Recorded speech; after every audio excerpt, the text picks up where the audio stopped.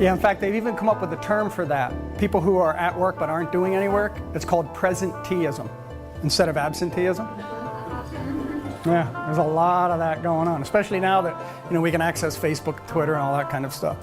So, okay, so that all sounds good, but again, this is not about singing Kumbaya, it's about capitalism, right?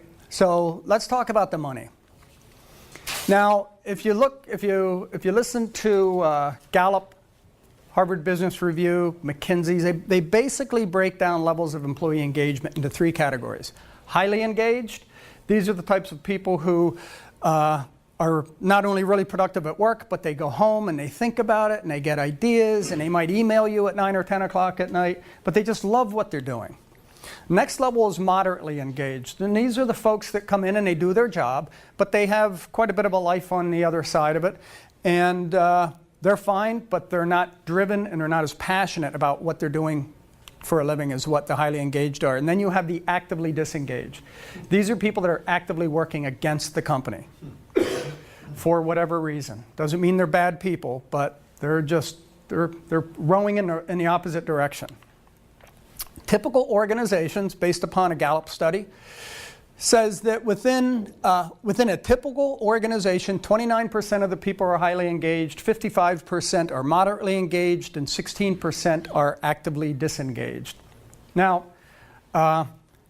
with just a little bit of work and a little bit of focus on how you engage people differently, start stepping out of the command and control and go into this communication and collaboration, or this tribal leadership method we'll talk about a little bit, you can move those numbers easily 5%.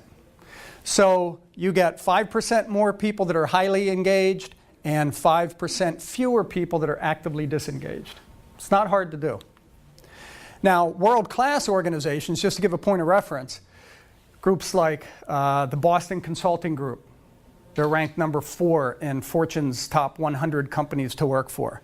Apple, Google, Zappos. These are the kind of employee engagement numbers that they have.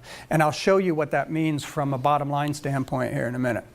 So let's do some math. I'm not going to work you through all of it, but I have an article up here that goes into it pretty deeply, and I'll be happy to talk to anybody on the other side. But basically what you have is highly engaged people are 90% productive, moderately engaged people are 60%, and actively disengaged people are 40%. And I would argue that that 40% is probably being a little bit kind. So if you were to take a company that has a $2 million payroll, which is not a big company, depending upon the industry, anywhere from maybe 20 to 35, 40 folks. And what you're going to see is with these levels of engagement, you're going to get, with a $2 million payroll, you're going to get $1,310,000 worth of production out of that workforce. So you're basically getting a 65.5% return on investment on that $2 million. So if we just move the needle by 5%, these numbers are pretty cool. What happens is you go from $1,310,000 to $1,360,000.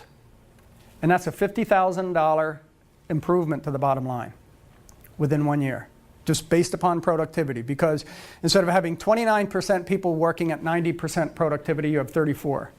So you can see there's a huge difference in that number, from 522,000 to 612,000.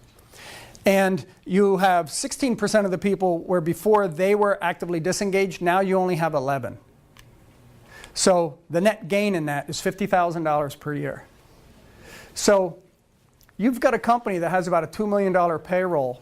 That's probably a company that's in the range of maybe $4 to $7 million. You improve your employee engagement to the point where you get these productivity numbers. That $50,000 goes right to the bottom line, and that has a huge impact on the valuation of your business. And it's an impact that goes on year after year. If I've got a company, and let's say I go on a 3-year plan, where I want to sell my company within 3 years, and I start going through and improve my employee engagement, and I start seeing just these minor shifts in percentages, that $50,000 over 3 years arguably could become $150,000. The impact that has on the valuation of your company is huge, because depending upon the multiplier you're looking at, if you're in a 6% multiplier of 150,000, that's $900,000 of additional value that you're going to get out of your business when you go to sell it, because it goes right to the bottom line. It's found money.